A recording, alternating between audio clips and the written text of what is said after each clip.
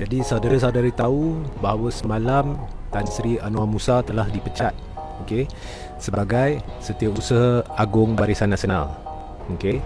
Dan ada ura-ura mungkin akan berlaku pemecatan Anwar Musa dari UMNO, tapi itu tak pasti lagi.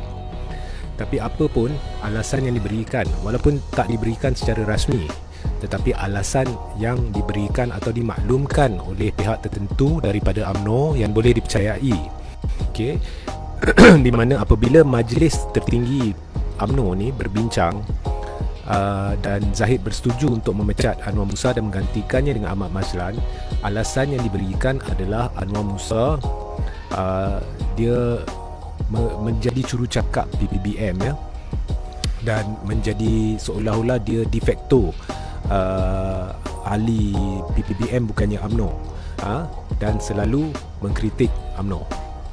Okey, ini saudara-saudari saya nak beritahu anda beberapa perkara, ya. Nombor satu, itu adalah palsu. Hakikatnya tim A ataupun spesifiknya Zaid Hamidi dengan Najib sebenarnya hendak singkirkan Anwar Musa atas satu sebab. Sebabnya Anwar Musa bertanggungjawab, ya, orang pertama, ya. Selepas saya bongkarkan, Anwar Musa bongkarkan. Saya bongkarkan dulu, lepas tu Anwar Musa membongkarkan secara halus bahawa berlaku perbincangan-perbincangan melibatkan pemimpin-pemimpin tertentu yang dia tidak namakan, ya, dari UMNO ke arah membentuk kerjasama UMNO dengan DAP. Jadi ini menjadikan Najib dengan Zahid begitu marah, ya.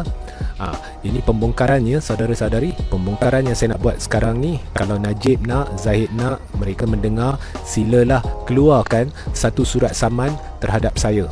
Ataupun Najib yang saya dah cabar untuk berdebat sehingga hari ini masih belum berdebat, Najib jangan kecut, beranikan diri berdebat dengan saya isu 2.6 bilion.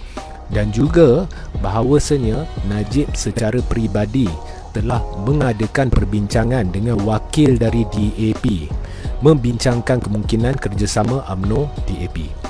Okey, so ini adalah tim A yang terdesak, ya. Tim A ataupun ada yang menggelarnya sebagai kluster mahkamah. Dan saya dah beritahu dulu-dulu dalam live-live saya cara Zahid dan Najib monopoli majlis kepimpinan tertinggi UMNO, ya. Semuanya, majoritinya ahli-ahli tim A. MKT ini tidak mewakili aspirasi UMNO, kehendak UMNO, apa yang majoriti UMNO inginkan, ya.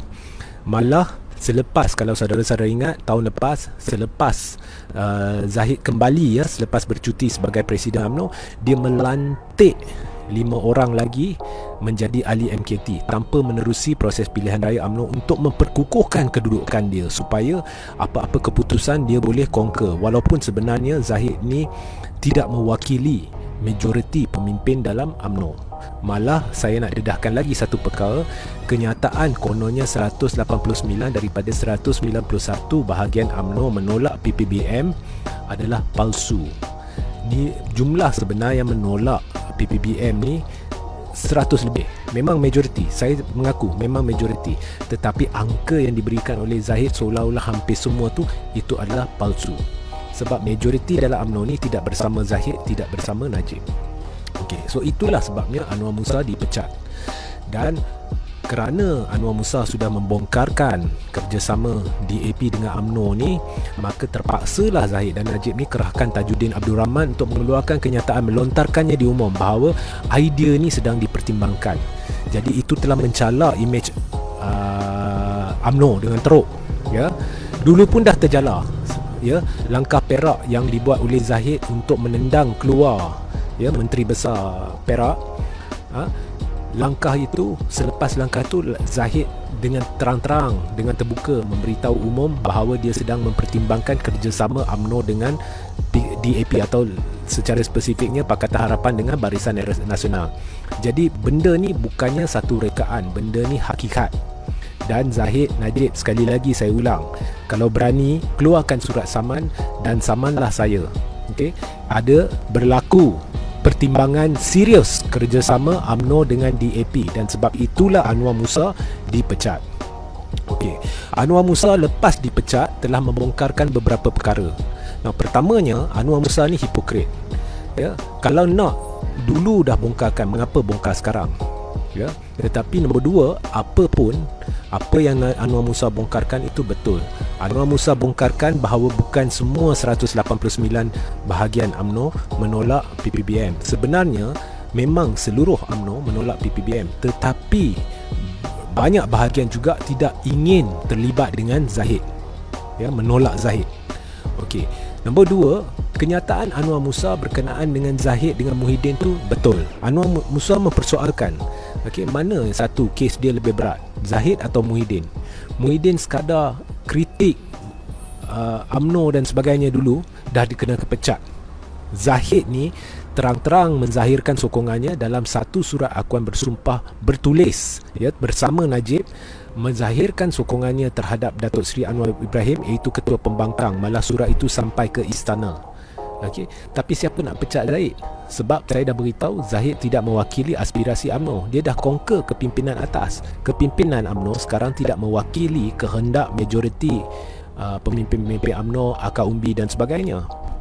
Cuba lihat kenyataan Zahid. Okey,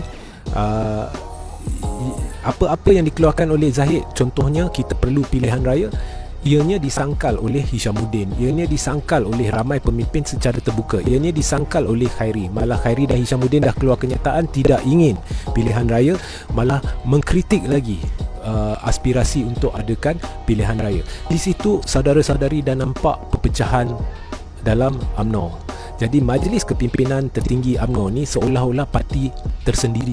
Dia tidak mewakili UMNO. Jadi Zahid sekarang sedang bermaharaja lela. Siapa nak pecat Zahid?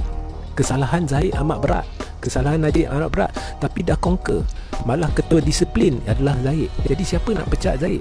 Zahid sewenang-wenangnya memecat sesiapa sekarang yang melintas laluan dia, melintas ataupun cuba mencabar dia. Okay?